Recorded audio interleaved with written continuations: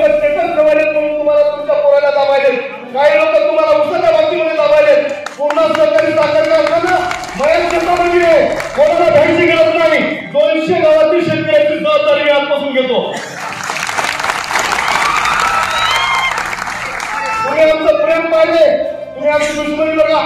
राजू नवकरीच्या 4 पिढ्याला लोक ओळखतात. माझं रक्ताचं नातं तुमच्या सोबत आहे.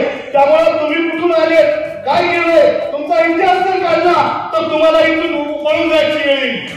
तुम्ही आज बोलता आला आणि तुम्ही असं दाबदडप करायचा प्रयत्न काही नाही करायचा नाही. काही मंडळी तुमच्या इथल्या लोकांना खुश करायसाठी म्हणले की 2 वर्षामध्ये राजू नवकरी कुठेही दिसणार नाही.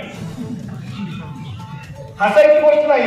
एक बाहेरून आलेला माणूस तुमच्या रक्तमासाच्या माणसाला, तुमच्या पाहुण्याला, तुमच्या स्नेहाला, तुमच्या 18 जातीच्या लोकांना समजा जर असं बोलत असाल तर तुम्ही त्याची दखल 100% घेतली. तो कुठून आलेला, मराठवाड्यात माझा एकही पाहुणा नाही असं स्वाभिमानानं सांगायचं होतं तिथे चेअरमन. उद्या तुम्हाला दबाव येणार आणि तुमच्या मुलीला तिथं याच्यामध्ये घेतलेलं आहे. आज उद्या तुम्हाला बोलून घेतील, पण एकाच संस्था याला उभी केलेली नाही. पूर्ण सहकारी साखर कारखाना उभा करण्यासाठी माझ्या आजोबाचा हात होता, या विभागातील शेतकऱ्याचा हात होता, कैलासवासी नागराव कातोरेपासून ते या भागातील सगळ्या लोकांचा हात होता. या तालुक्यातल्या ज्येष्ठ मंडळींना राजकारणातून संपविण्याचं काम काही लोकांनी केलेलं आहे. श्री सोमनाथ नागरे साहेबांपासून, सकाराम साहेबांपासून, अंबादासराव भोसले साहेबांपासून प्रत्येक माणसाचं राजकारणामध्ये डॉमिनेट करण्याचं काम केलेलं आहे. दरबारी राजकारण करणाऱ्या या माणसाला एक तरुण सांगतोय की तुमचे सगळे आव्हानं मी आज स्वीकारलेत. आज तुम्हाला मी स्वाभिमानानं सांगतो, सामान्य माणसाच्या पायाकडे बघून मी काम करणार. स्वर्गीय बाळासाहेब ठाकरे यांनी सांगितलेलं शिवाजीराव की ज्याच्या घरापुढील चपलाचा ठीक मोठा ती राजकीय नेता मोठा. तिथं स्वर्गीय नारायण पाटील साहेबांनी सांगितलंय मोठ्या माणसाच्या नादी लागू नका, गरीब माणसाच्या पायाकडे बघून राजकारण करा.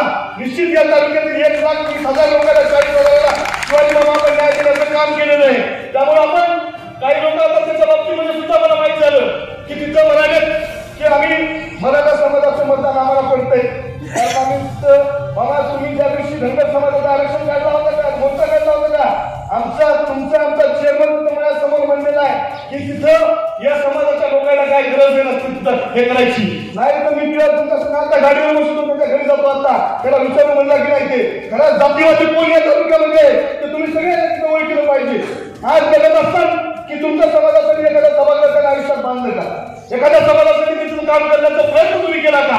आणि आज तुम्ही म्हणताय की मराठा समाजाचं मला मतदान पडणार, मुस्लिम समाजाच्या बाबतीमध्ये मला मतदान पडणार. तुमच्या तोंडातून एकदा तरी बाबूची वाचा निघाली का लोकांसाठी, एखाद्या समाजासाठी प्रश्नाच्या संदर्भात तुम्ही कधी सभागृहामध्ये आवाज उचललाय का. 10 वर्ष तुम्ही काय केलं. तसं नाही साहेब, ते कसं आहे, जे त्यालाच मागतात नाही.